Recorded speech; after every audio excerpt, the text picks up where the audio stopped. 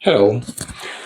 Omega Speedmaster Automatic Triple Date caliber 1152 is one of the most popular sport watch from Omega. I'm just perform a full service on this watch. In this video I will show you everything what is inside Omega caliber 1152. Step by step showing every part and where it's located. I took many photos of each stage of disassembly. At end of this video, you will see the completely disassembled movement, each part, and I will show you final result of this work. By the way, if you have any questions, feel free to write me in comments. I will be happy to answer you. Thank you.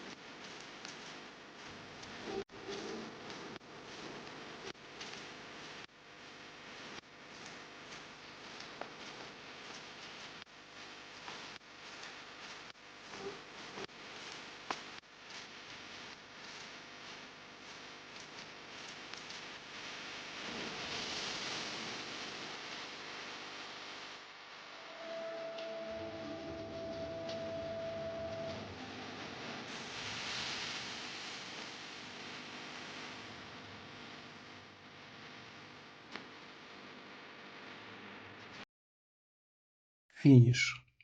Almost 300 degrees with working chrono. In my opinion, is good result.